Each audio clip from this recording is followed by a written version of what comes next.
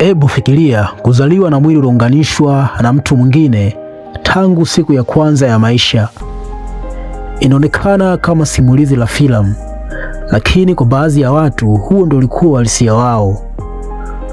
Watu wanaozaliwa wakiwa wameungana ni mapacha wanaotokana na yai moja lililorutubishwa ambalo halikujigawa kikamilifu wakati wa ukuaji wa kijusi tumboni kwa mama. Hali hii ni nadra sana na kiwango cha kuungana hutofautiana kutokana na jozi moja hadi nyingine. Wengine huungana kwa ngozi na mifupa, huku wengine wakishiriki viungo muhimu kama moyo, ini au sehemu za ubongo. Sasa tuangalie pea 5 za watu walioungana na aina ya kuungana kwao. Namba 1 kabisa ni Abby Ensel na Britton Hensel. Muungano hawa unaitwa Dicephalus Palpagus. Hii ni neno la kitaalamu. Hawa walikuwa na vichwa viwili lakini mwili mmoja. Kila mmoja hudhibiti upande wake wa mwili, huku wakishiriki viungo vingi vya ndani kama moyo, mapafu na mfumo wa mmeng'enyo wa chakula. Kilichowashangaza wengi ni uwezo wao wa kutembea, kuendesha gari na kufanya kazi kwa ushirikiano wa hali ya juu, kana kwamba ni mtu mmoja anayetumia mwili mmoja.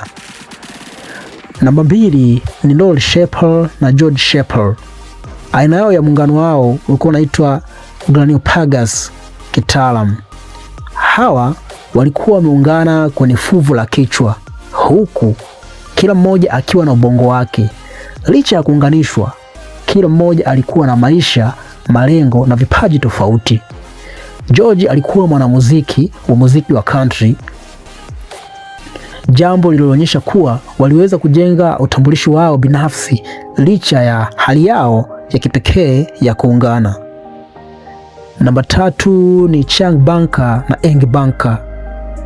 Aina yao ya muungano wao uliitwa Cyphopagus kwa kitaalam. Maana yake ni muungano wao ulikuwa umeungana sehemu ya chini ya kifua kwa ukanda wa tishu. Walikuja kujulikana duniani kote katika karne ya 19, wakaoa dada wawili na kupata jumla ya watoto 21. Umaarufu wao ndio ulifanya neno la zamani la Siamese twins litumike kama mapacha waliozaliwa wakiwa wameungana. Yaani hawa ndio tuseme kizazi cha kwanza cha binadamu kuzaliwa wameungana. Namba 4 ni Carl Aguirre na Clarence Aguirre. Aina yao ya muungano wao ulikuwa unaitwa Craniopagus. Hawa walikuwa wameungana kichwani, hali iliyofanya upasuaji wa kuwatenganisha kuwa mgumu sana kwa sababu shipa ya damu walioshiriki. Baada ya maandalizi ya muda mrefu, madaktari walifanikiwa kuwatenganisha na tukio hilo likawa moja ya mafanikio makubwa katika upasuaji wa mapacha walioungana. Hii inawekwa katika orodha ya mapacha walioungana kuweza kutenganishwa na kufanikisha bila kuleta madhara yoyote. Namba 5 ni Ganga na Jamuna Mandal. Hawa muungano wao unaitwa Pygopagus.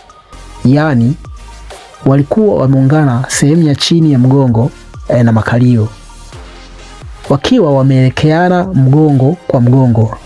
Licha ya changamoto nyingi za maisha, waliendelea kuishi pamoja kwa miaka mingi na wakawa mfano wa jinsi watu wanaozaliwa katika hali hii wanavyoweza kuzoea maisha yao ya kila siku na kuishi kama wanadamu wa kawaida waishivyo kila siku. Kila jozi ya mapacha waliozaliwa wakiwa wameungana ilikuwa na hali yake ya kipekee.